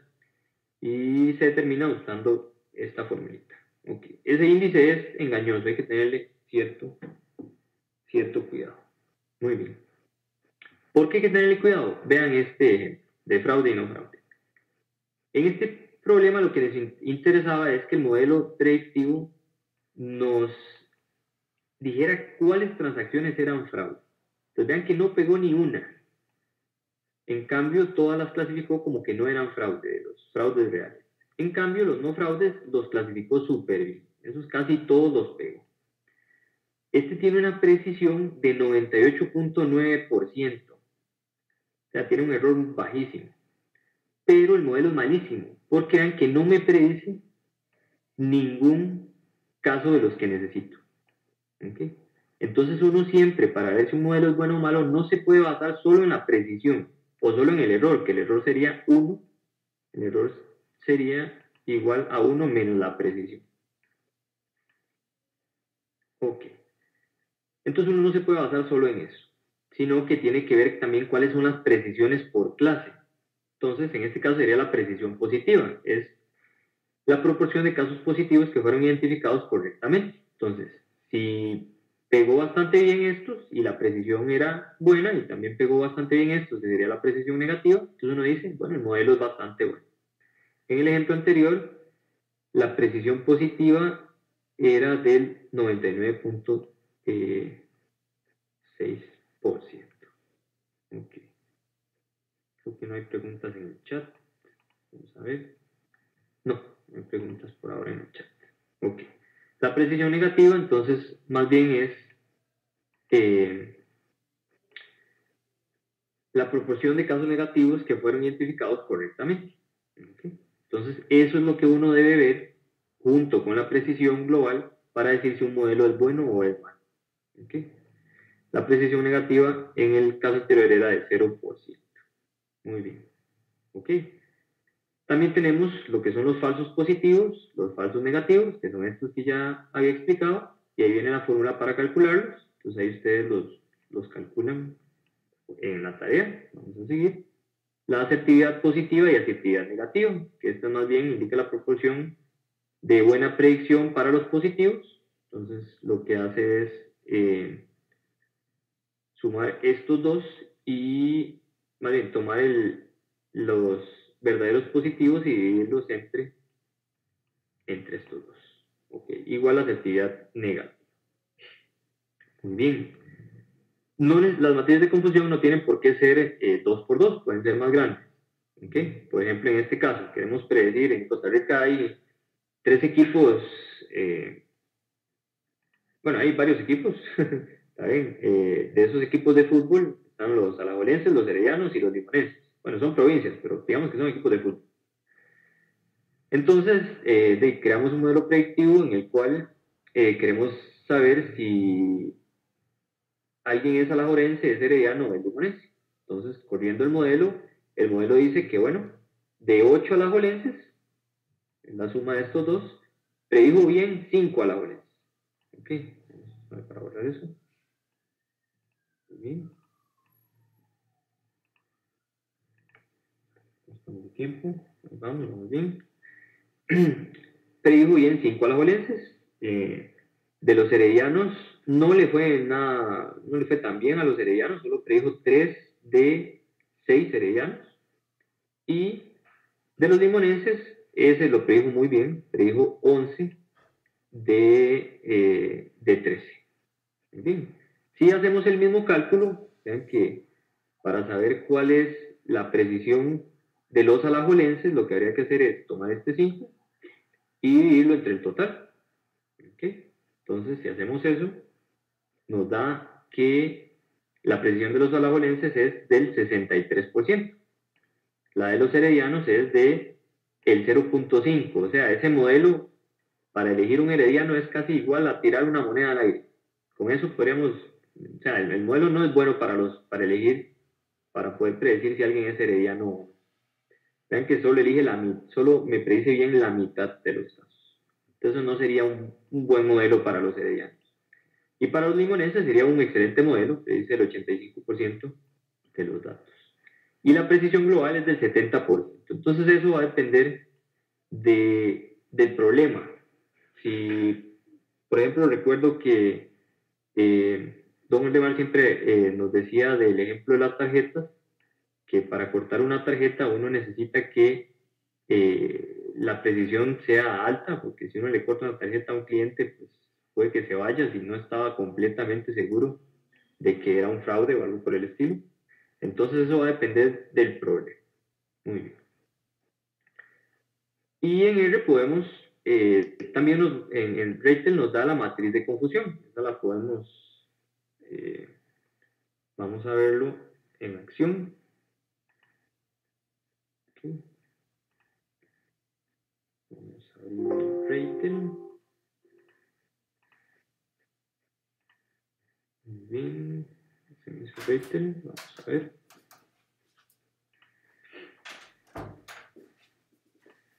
Ok.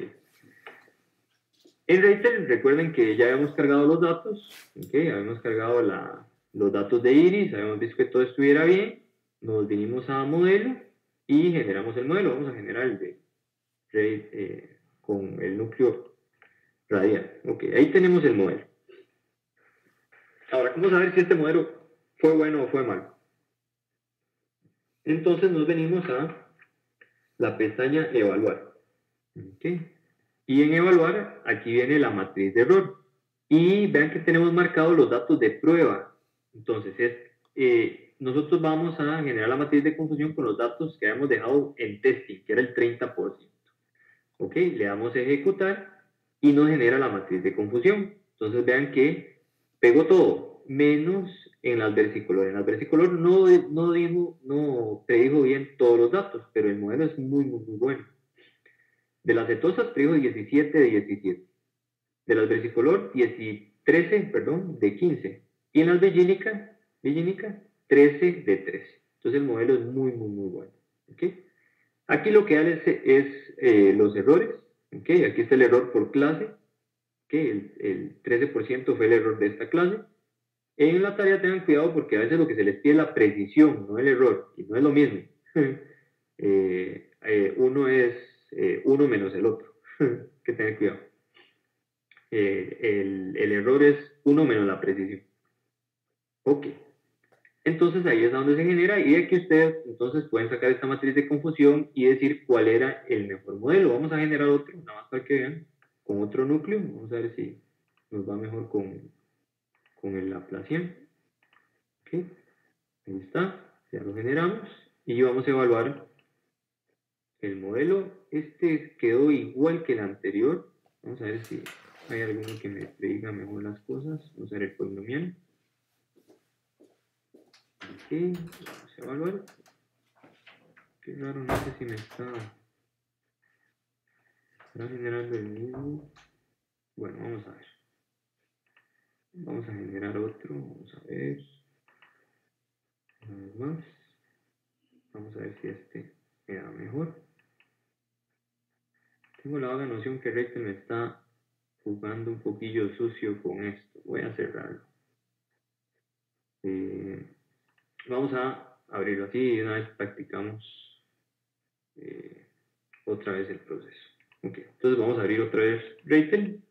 Vamos a ver si... A ver. La precisión es 1 menos el error. Correcto.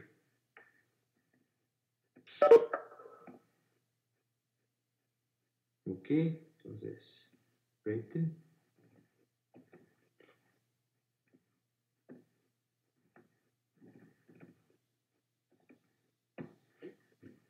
Ok, entonces vamos a cargar otra vez los datos. Entonces, ok. Esta clase es muy cargada de información, entonces espero que vamos a ejecutarlo. Recordar que este era punto y coma. Ok, le vamos a ejecutar. Recuerden que siempre hay que ejecutarlo 2 veces para poder cambiar la partición, porque le devuelve la partición a la 701515. Okay. Okay, ya tenemos la partición. Vamos a generar el modelo de soporte, máquina de soporte vectorial. Vamos a generarla con polinomial y vamos a generar la matriz de confusión. Parece que sí nos está dando bien. Ok, bueno. Muy bien. No necesariamente tiene que dar la misma matriz de confusión con todos los núcleos. Ok. Y por último, bueno, esto y vamos a hablar un momentito al puro final sobre la curva ROC. Ya estamos terminando. Vamos a trabajar el ejemplo de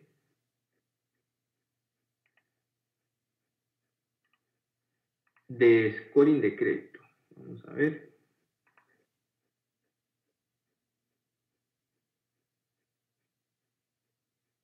Vamos a ver, regálame un momento. Ok, listo. Ok, este es el gráfico de el modelo de clasificación de máquinas de soporte vectorial para las flores. Setosa, versicular. Y este es el... Por favor, silenciemos ahí el micrófono. Vamos a ver si nuestros técnicos silencian un momento el micrófono. Inicio. Ok, perfecto, muchas gracias. Ok, así es como se ve el modelo de máquinas de soporte vectorial con lo que era el problema de iris. Ahí es un dibujito muy bonito. Luego, en los próximos cursos de métodos avanzados y en SR también van a ver cómo hacer gráficas y demás muy bonitas. Nuestro compañero Carlos Agüero es muy bueno en el curso de R, él sabe mucho sobre eso. Ok, entonces vamos a ver este ejemplo de scoring de crédito, también para ver si alguien es buen pagador o mal pagador. Es un problema desbalanceado. Eso quiere decir que hay pocos datos de una de las clases. ¿Ok? Y en este caso, todas las variables son categóricas. Después no están equivocando en eso, que ya a veces me enredé. Todas las variables son categóricas. Nada más que vean que para muy bajo se identifica como 1, en este, por ejemplo, para monto de crédito, muy bajo va a tener el número 1, bajo se escribe como 2, medio como 3 y alto como 4.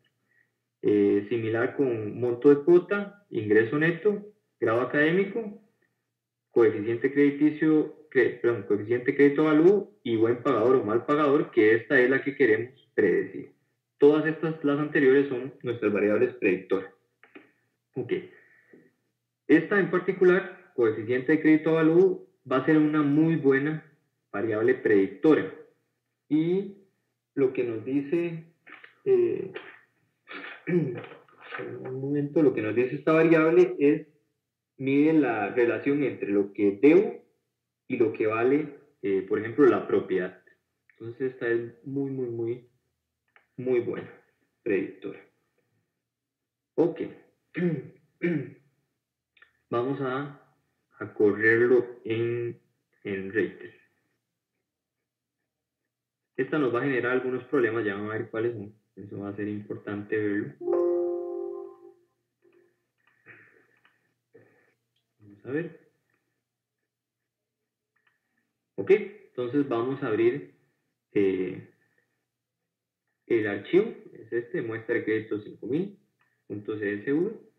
Le damos a ejecutar. Le decimos que sí sobrescriba los datos. Ok. Y aquí ya nos abrió ya nos cargó los datos. Nada más que podemos ver que los cargó mal, porque estas variables, como vimos, no son numéricas, son categóricas. Entonces tenemos que cambiarlas. Las podemos cambiar, por cierto, no vi los datos, lo primero que uno debe hacer. ¿Okay? Vean que el separador era punto y coma, ¿okay? El decimal sería punto, y aquí viene el encabezado. Eso es importante para no cometer ningún error a la hora de cargar los datos. Okay. Entonces cargo los datos, el separador era correcto, entonces me está leyendo bien las cosas por lo menos, pero lo que no lee bien es qué tipo de variable o qué tipo de dato es.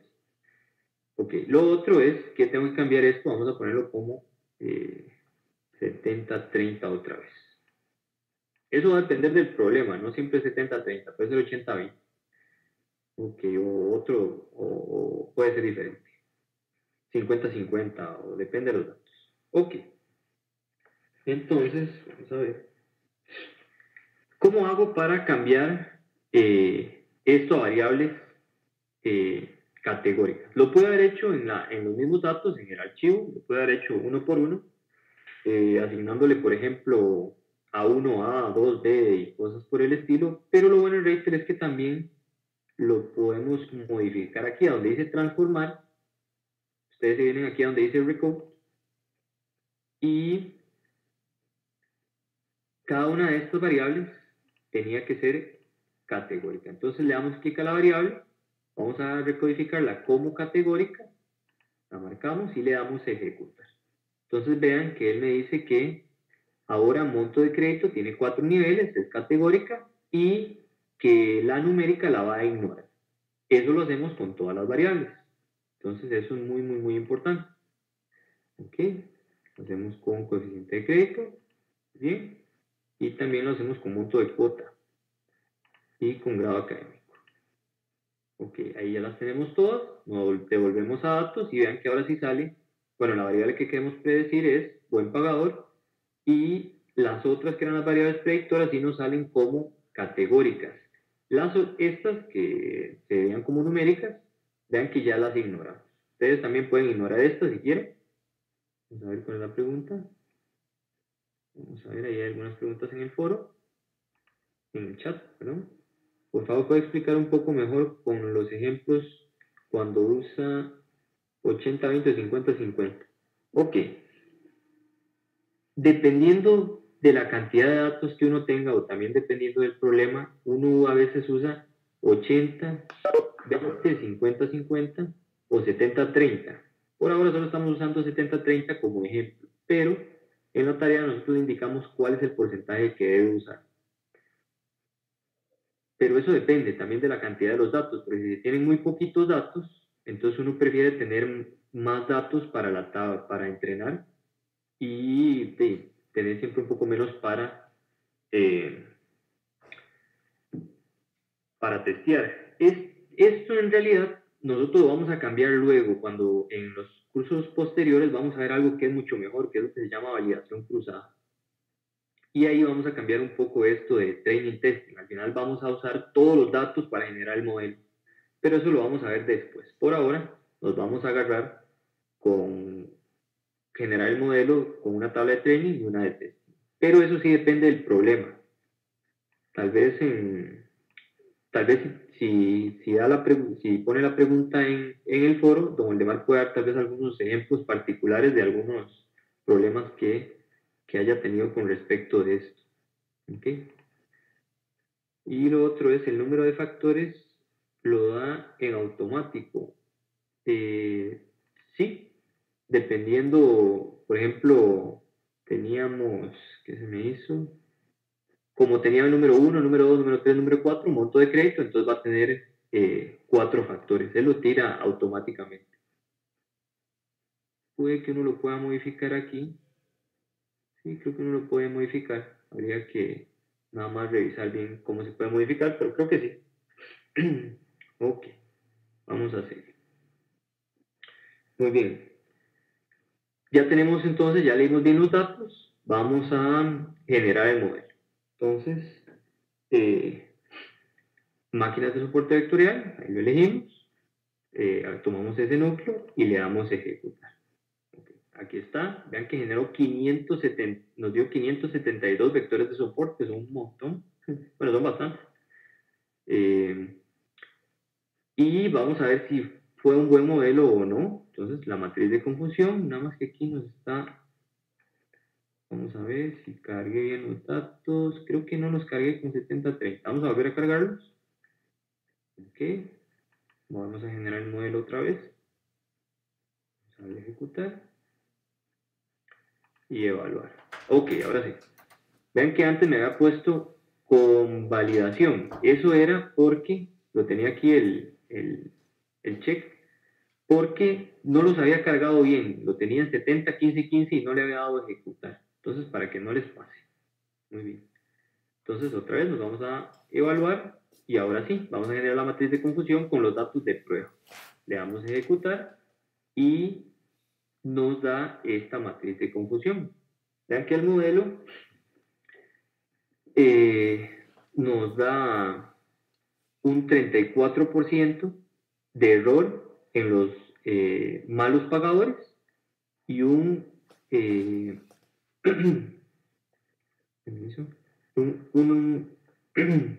realmente me toca tomar un poco de agua.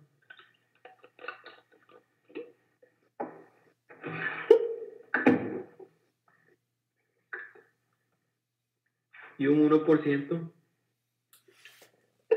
de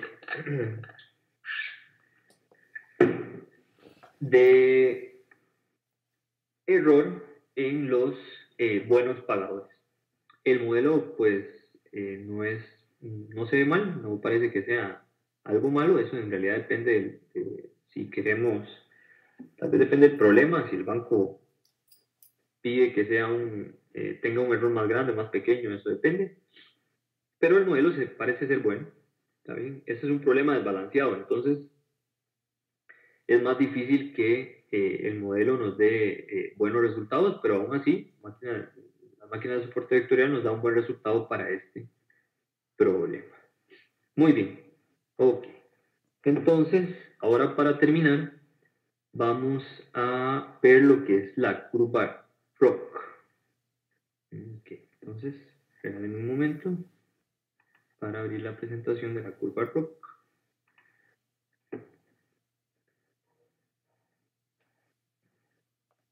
Ok.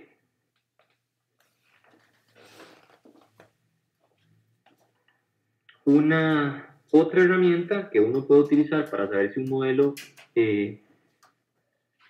es mejor que otro, ¿okay? O también si generamos con dos núcleos y ver cuál núcleo es el que mejor sirve, es utilizando lo que se llama la curva ROC. La curva ROC lo que hace es ver la relación entre los falsos positivos y los verdaderos positivos, ¿okay? Y me hace una gráfica, ¿okay? Esa gráfica, antes que nada, vamos a ver, compara la tasa de falsos positivos con la de verdaderos positivos y me tira esta gráfica. Entre más pegadita aquí, vamos a hacer el dibujo, ¿okay? Entre más pegadita aquí esté, como si fuera algo así, sería mejor, ¿okay? Eso es que el modelo es mucho mejor. Y eso uno lo puede ver con el área bajo la curva. Por ahí dice A o C. El área bajo la curva. Si el área bajo la curva es más cercana a 1, entonces el modelo es bastante bueno. Si el área bajo la curva es menor, está por debajo, entonces el modelo es muy, muy, muy malo. Y si está exactamente aquí en esta recta, eso quiere decir que el modelo es igual que tirar una moneda, es como 50% y 50%. Entonces lo que se busca es que el área de la curva ROC sea grande. Los pormenores de lo que es la curva ROC y cómo se calcula, etcétera, se van a ver con más detalle en el curso de métodos avanzados. Pero bueno, aquí la vamos a utilizar eh, para poder comparar un poco los modelos que tenemos. Okay, vamos a verla en acción. Reitel también nos permite calcular la curva ROC. Okay, entonces vamos a calcularla. Algo muy importante es que la curva ROC solo se puede graficar cuando la variable predictora es binaria. Eso es muy importante.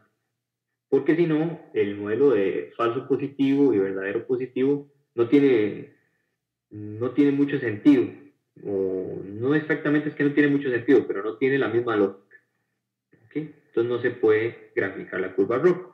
Para graficar la curva ROC, entonces nos vamos a Reitel. Vean que en este caso, como la variable a predecir era buen pagador o mal pagador, sí vamos a poder graficarla. Entonces aquí sale activada la curva ROC, le damos check y le damos ejecutar. ¿Okay? Entonces aquí en Reitel lo que nos va a aparecer es el área bajo la curva. ¿Okay? El área es de 0.87, es bastante bueno.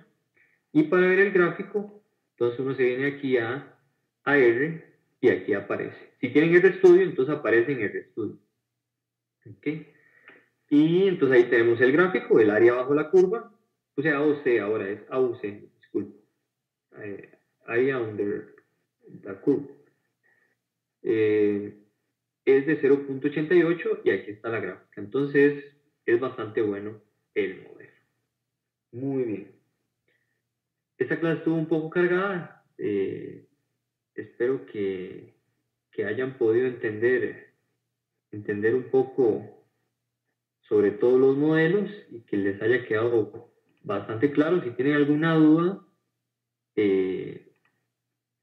aparte de las que hayan ahorita en el chat, entonces pueden tramitarla por el foro. Vamos a ver cuáles preguntas hay. Nos dice David que cómo hace la máquina de soporte vectorial para determinar la distancia entre los puntos y la recta para variables categóricas. Esa es una excelente pregunta. Y en este momento, vamos a ver, no tengo la respuesta exacta, pero hágame el favor y póngala de una vez en el foro y ahí se la respondo yo ahorita en la noche. Nada más voy a leer un poco ahí lo que tengo y te la respondo. ¿Dónde se ve la fórmula del modelo? Cuando dice la fórmula del modelo, ¿a qué se refiere? ¿Se refiere a la recta que da? No sé, Melissa. Vamos a ver qué se me hizo el recta.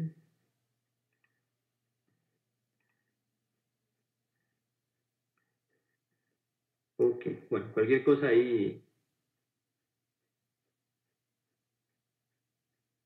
Como dice, por ejemplo, ¿dónde determinamos los cuadrados y los círculos? Ah, ok. Muy bien. ¿Cómo sabemos, cómo evaluamos individuos nuevos? Creo que por ahí anda la pregunta. ¿Cómo sabemos si un nuevo individuo es, en este caso, es buen pagador o mal pagador? Ok, sí, sí, excelente pregunta. Vamos a ver a dónde está. Vamos a poner, ok. Eso no lo vamos a ver todavía. Lo vamos a ver al puro final del curso. Vamos a ver cómo evaluar individuos nuevos, si no me equivoco. Y eso lo podemos hacer con Rated, ¿está bien? Pero eso sí lo vamos a ver después. Por ahora, nada más vamos a generar los modelos, vamos a testearlos, ver si el modelo es bueno o es malo. Pero sí lo vamos a hacer, nada más que lo vamos a hacer más adelante. Y lo que hacemos es cargar una tabla con los datos nuevos, que no sabemos si, por ejemplo, eran fraude o no, y le aplicamos el modelo que ya habíamos generado y ese modelo nos dice, nos da las respuestas. Nos dice, el primer individuo que usted ingresó fue fraude, el segundo no, el tercero sí, y así sucesivamente. Entonces nos tira otro archivo en donde viene la respuesta. Ok. No sé si hay alguna otra pregunta por ahí. Ah, bueno, nada más una cosa sobre la tarea. Vamos a ver si la tenemos por aquí. Vamos a ver, si no me equivoco, aquí tengo la tarea. Entonces ahí ustedes aquí, esta es la tarea que está en el aula virtual y ahí hay varios ejercicios. Entonces ahí espero que realicen todos los ejercicios y por favor cuando les digan eh, que genere un modelo predictivo usando máquinas de soporte vectorial con estos núcleos, ¿okay? Con cada uno de los núcleos, entonces por favor pongan una imagen en donde se pueda verificar que ustedes corrieron cada uno de los modelos, ¿está bien? También pueden hacer un archivo Excel en un cuadro y ahí indican cada modelo y cada uno de los valores que les dio, por ejemplo, del área bajo la curva, de la curva ROC con cada uno de los modelos y así lo pueden comparar más fácilmente. Pero por favor, si agreguen las imágenes de la generación de los modelos y de la carga de los datos, por ejemplo, en este caso que sea 70-30. Este último ejercicio que viene por acá, es un ejercicio para que puedan hacer todo el cálculo de, para encontrar la frontera de decisión o el hiperplano a pie. Okay. No necesitan aplicar los multiplicadores de Lagrange, por si acaso. Entonces no es necesario, ustedes lo pueden hacer a pura álgebra. Hacen el plano, ponen los puntos y identifican cuál es el mejor plano. ¿También? Pueden hacerlo de esa manera. No necesitan usar multiplicadores de Lagrange. Pero es un ejercicio muy importante porque así uno hace a pura pata. Aquí decimos a pura pata, es como hacerlo, eh, como les digo, como hacerlo todo a mano, paso por paso.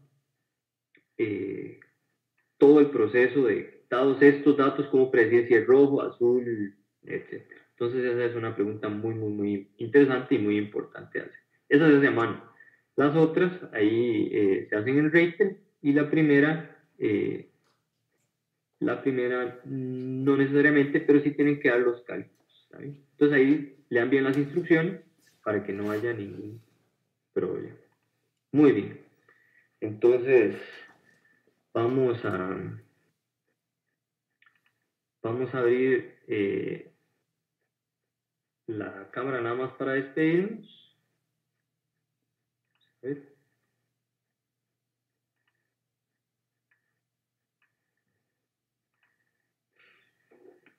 Bueno, buenas noches, espero que haya sido de bastante provecho la clase, que la hayan aprovechado bien y que les vaya muy bien con la tarea. Entonces, cualquier pregunta la vemos en el foro, ahí estamos, como el de Mar y yo, atentos a sus dudas. Y buenas noches, que les vaya muy bien entonces. Ahí, ahí nos vemos. Gracias, Michael, buenas noches. Hasta luego.